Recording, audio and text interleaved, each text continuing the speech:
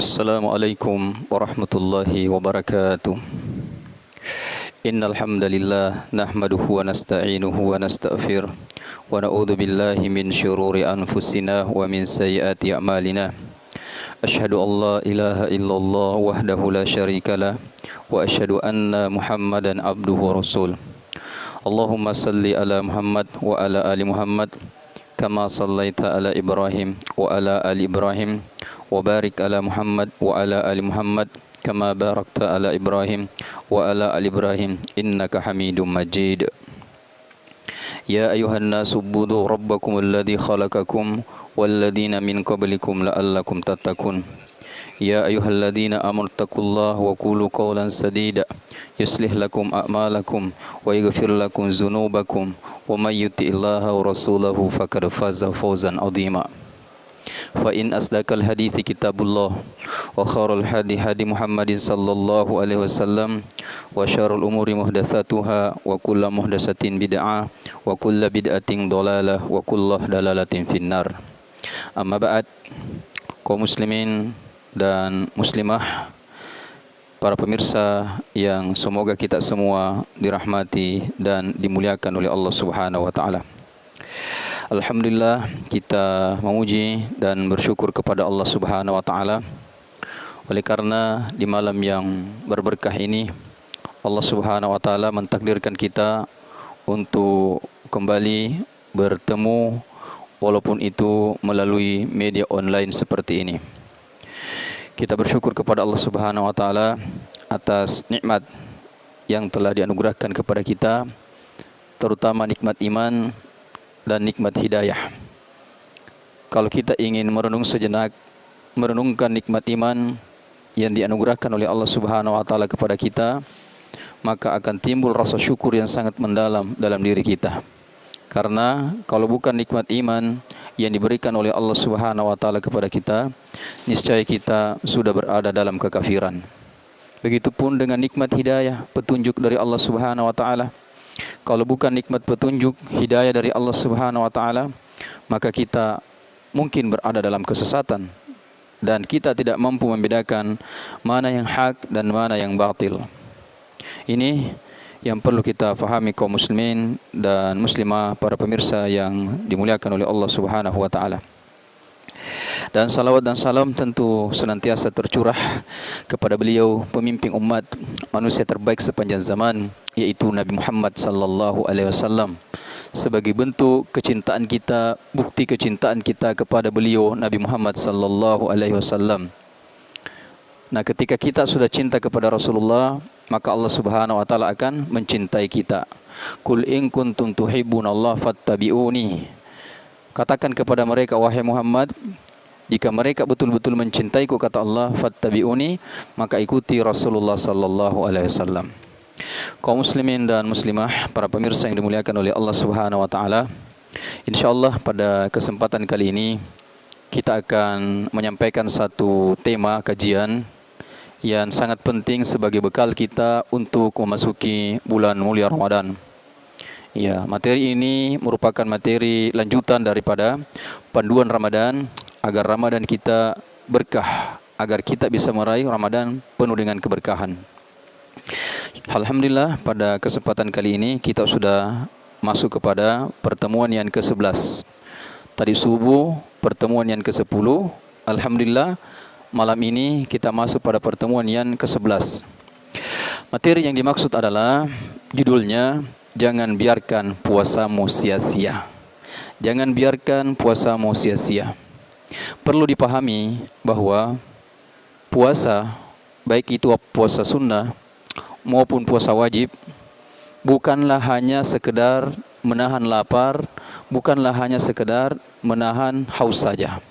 Ini yang perlu kita pahami terlebih dahulu sebelum kita lanjut, bahwa yang dinamakan dengan puasa itu bukanlah hanya sekedar menahan lapar, bukanlah hanya sekedar tidak makan di siang hari, bukanlah hanya sekedar menahan haus, tidak minum di siang hari. Akan tetapi puasa hendaknya menahan diri kita agar tidak melakukan hal-hal yang diharamkan. agar tidak melakukan perkara-perkara yang diharamkan oleh Allah Subhanahu wa taala, kemudian yang diharamkan oleh Rasulullah sallallahu alaihi wasallam.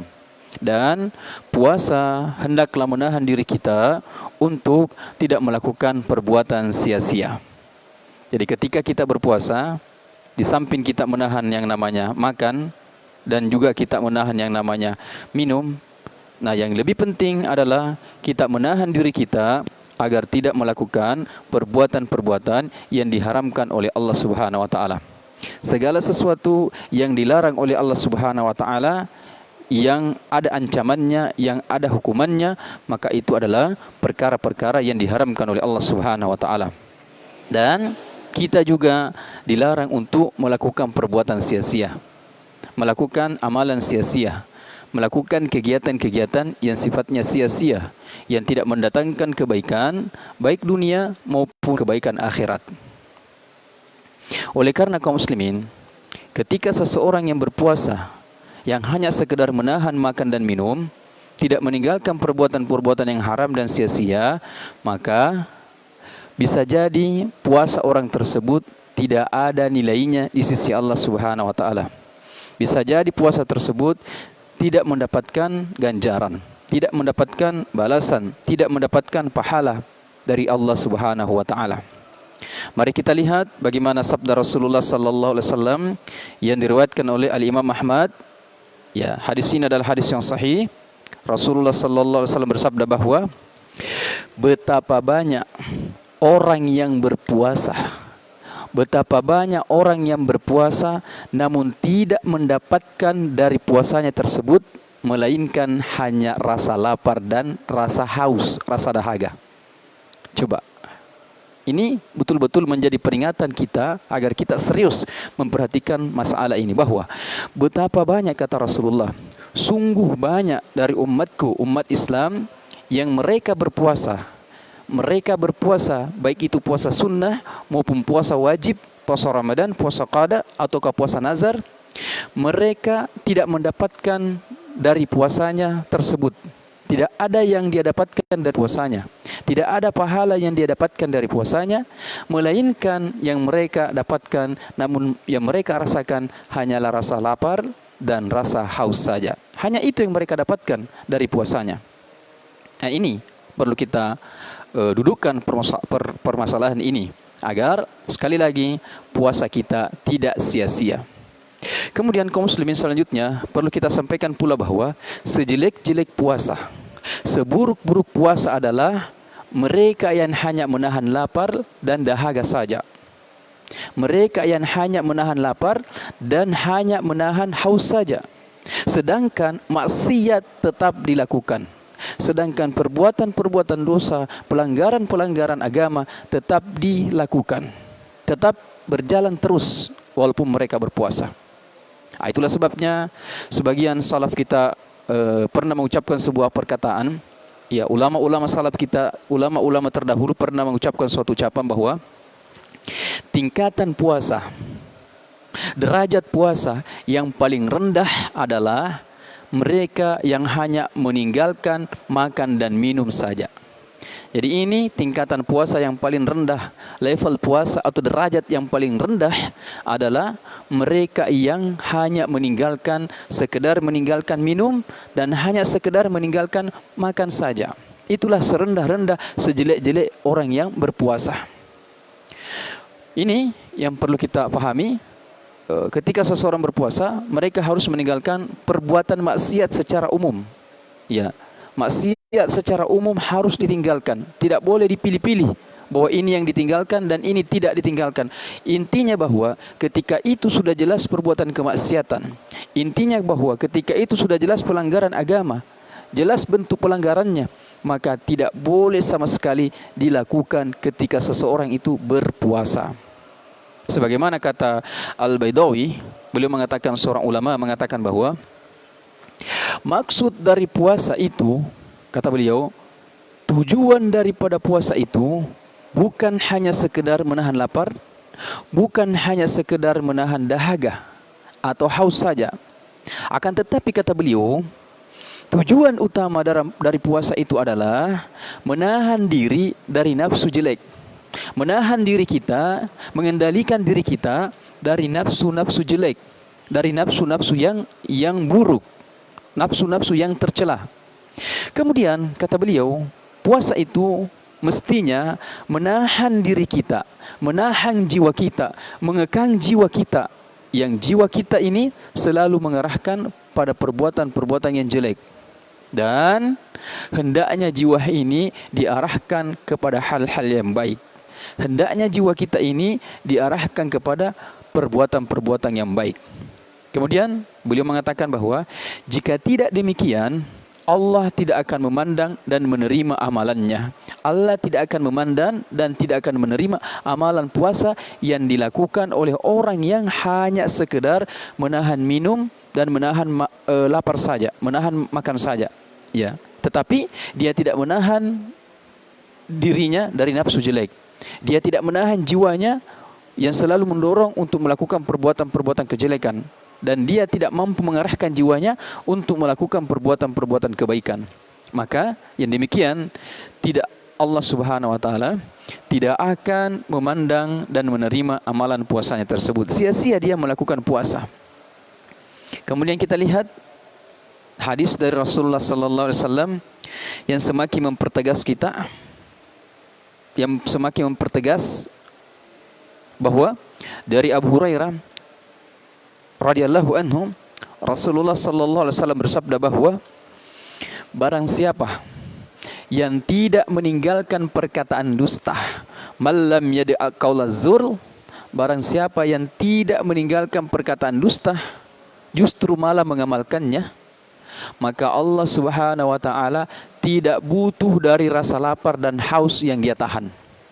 Ya, hadis ini hadis yang sahih yang diriwayatkan oleh hadisnya sahih kaum muslimin yang diriwayatkan oleh Al-Imam Bukhari, bahwa barang siapa yang tidak meninggalkan perkataan dusta, maksudnya ketika dia berpuasa, dia tidak meninggalkan perbuatan dusta, malah sebaliknya dia selalu mengucapkan perkataan-perkataan dusta, perkataan-perkataan yang tidak benar, maka Allah Subhanahu wa taala tidak butuh dari rasa lapar dan haus yang dia tahan. Artinya tidak ada gunanya dia melakukan puasa, karena Allah Subhanahu wa taala tidak memberikan pahala, tidak memberikan ganjaran daripada usahanya tersebut menahan lapar dan minum. Ya, ini yang perlu kita fahami. Jadi jelas, akan tetapi bukan berarti bahwa orang yang berpuasa kemudian dia berkata dusta, kemudian dia mengatakan kalau begitu lebih baik saya tidak berpuasa, karena rugi juga saya berpuasa. Puasa saya tidak diterima oleh Allah Subhanahu wa taala. Kalau begitu sekalian saya tidak usah berpuasa. Tidak seperti itu. Namun maksud dari hadits ini adalah peringatan yang sangat keras.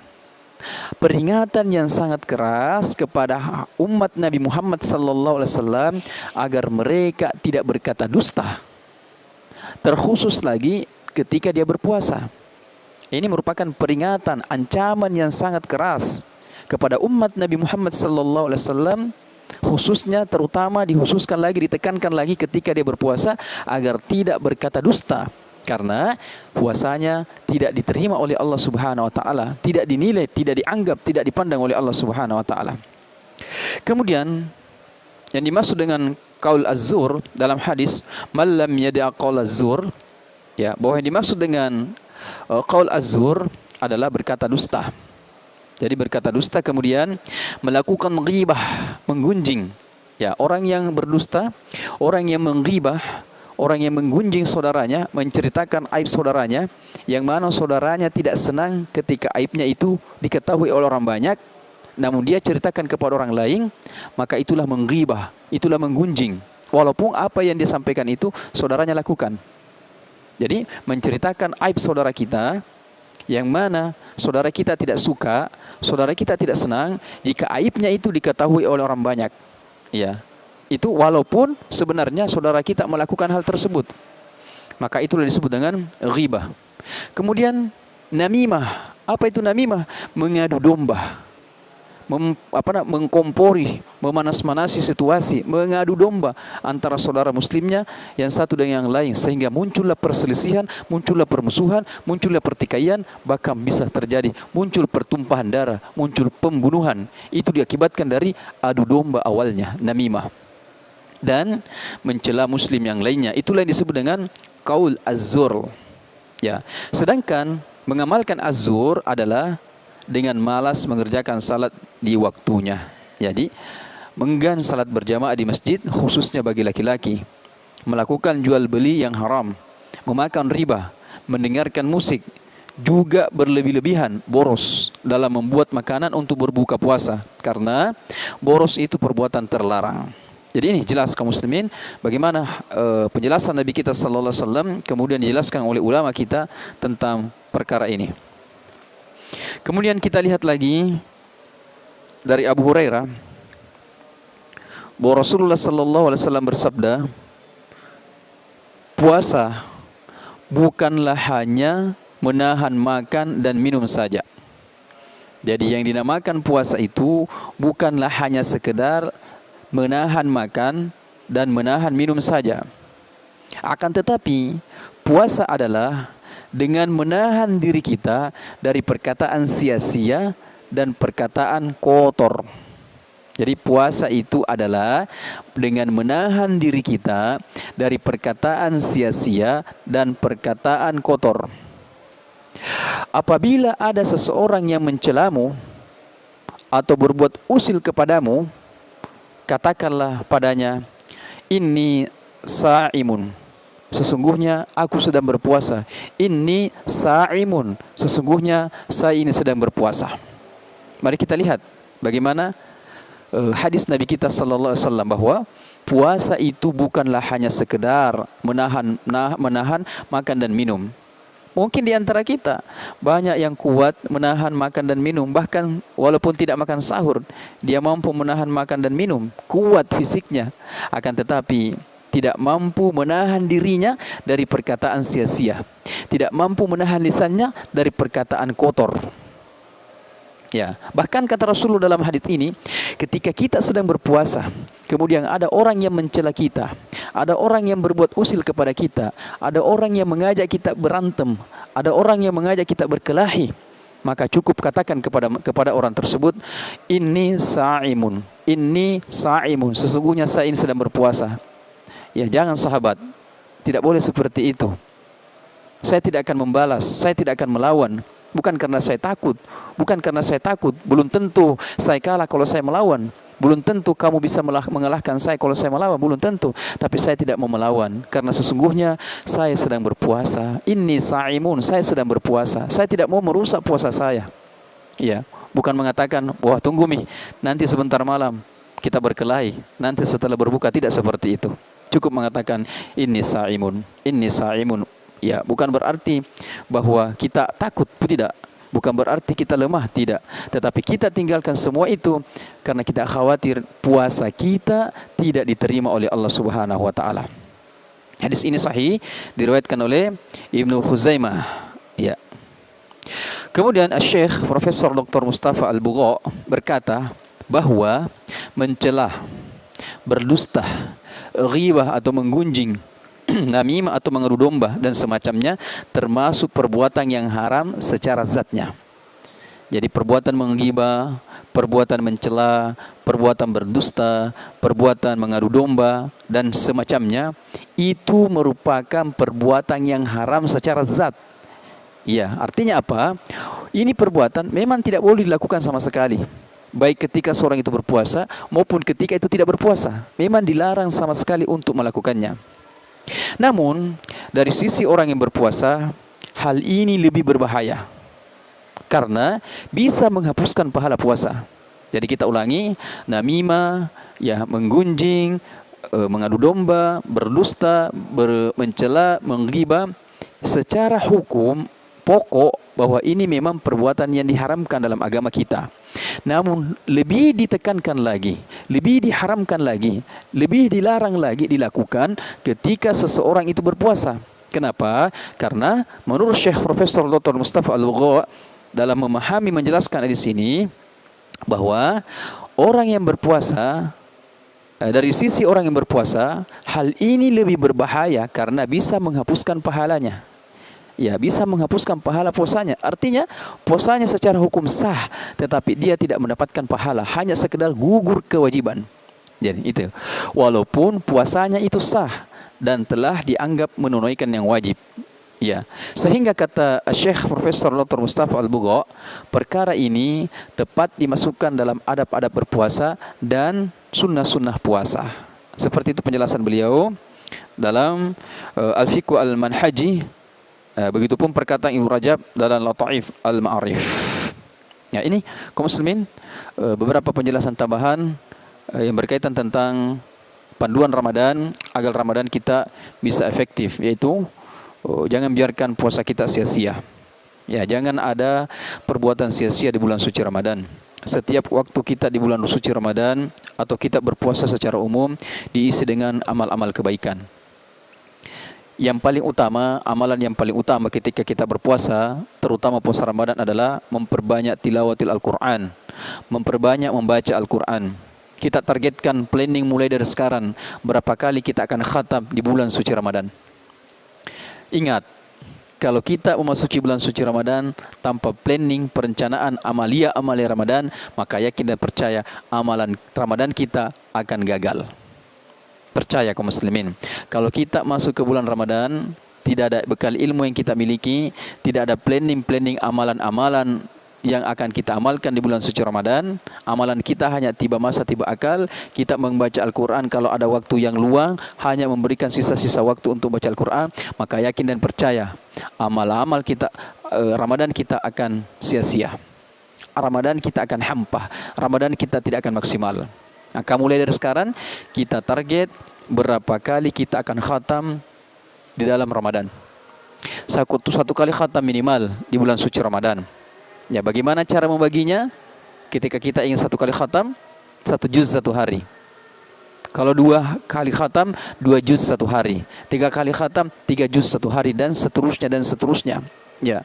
Ini amalan yang paling inti di dalam berpuasa kita, terutama di Ramadan, yaitu membaca Al-Quran.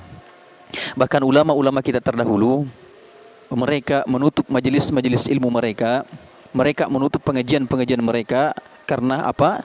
Karena mereka memfokuskan diri mereka untuk memperbanyak membaca Al-Quran, untuk mengkhatamkan Al-Quran berkali-kali di dalam bulan suci Ramadan. Ya.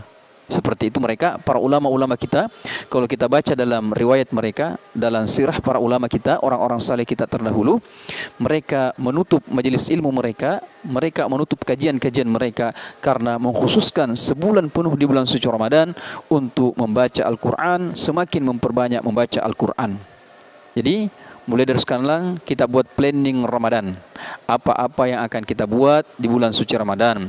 Ramadan yang pertama, apa yang kita mau buat. Ramadan yang kedua, apa yang kita buat. Ya, ini. Ya, kaum muslimin yang dimuliakan oleh Allah Subhanahu wa taala. Apatah lagi, kemungkinan besar, mudah-mudahan ini tidak terjadi. Harapan dan doa kita semua kaum muslimin dan muslimah di seluruh penjuru dunia ini, kita bersangka baik kepada Allah Subhanahu wa taala. Ya, bahwa mudah-mudahan bulan suci Ramadan kali ini, tahun ini lebih baik dibandingkan Ramadan tahun sebelumnya. Mudah-mudahan bulan suci Ramadan ini kita kembali bisa melaksanakan salat berjamaah 5 kali sehari semalam di masjid. Mudah-mudahan Ramadan tahun ini kita bisa bersama-sama kembali melaksanakan salat tarawih di masjid berjamaah. Mudah-mudahan tahun ini kita bisa kembali buka bersama di masjid seperti tahun-tahun sebelumnya. Dan amalia-amalia Ramadan lainnya yang kita lakukan di bulan suci Ramadan. Ya, karena kalau sempat terjadi ya wabah virus corona ini tidak reda di negeri kita tercinta, maka kita khawatirkan ibadah Ramadan kita, salat berjamaah, salat tarawih, buka puasa bersama tidak bisa dilaksanakan di masjid karena dikhawatirkan bisa menularkan semakin maraknya mewabahnya virus corona ini. Tapi sekali lagi kita bersangka baik kepada Allah Subhanahu wa taala bahwa insyaallah sebelum Ramadan seluruh permasalahan yang berkaitan tentang corona ini bisa tuntas. Innama amruhu idza arada syai'an ayyakula lahu kun fayakun.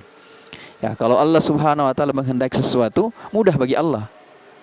Kun, cukup Allah mengatakan jadilah, fayakun, maka jadilah. Tidak ada yang susah bagi Allah.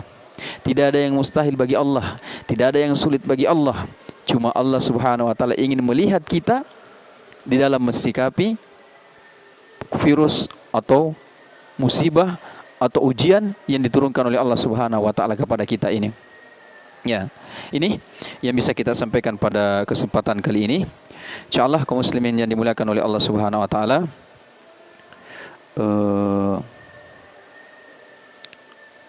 Pembahasan kita selanjutnya insyaallah besok subuh. Lanjutan daripada panduan Ramadan itu, kita sudah masuk ke panduan salat tarawih. Materi kita sudah akan masuk kepada panduan salat tarawih. Ya. Mudah-mudahan Allah Subhanahu wa taala senantiasa memberikan taufik kepada kita semua, memberikan umur panjang dan kesehatan kepada kita semua, memberikan keikhlasan kepada kita semua di dalam belajar dan mengajarkan ilmu Islam ini.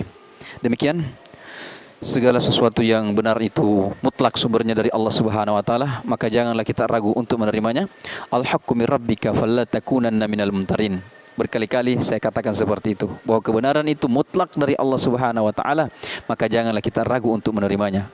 Segala kekurangan, kesalahan, kehilafan, keselio lidah dalam menyampaikan materi ini, itu tentu sumbernya dari pribadi saya.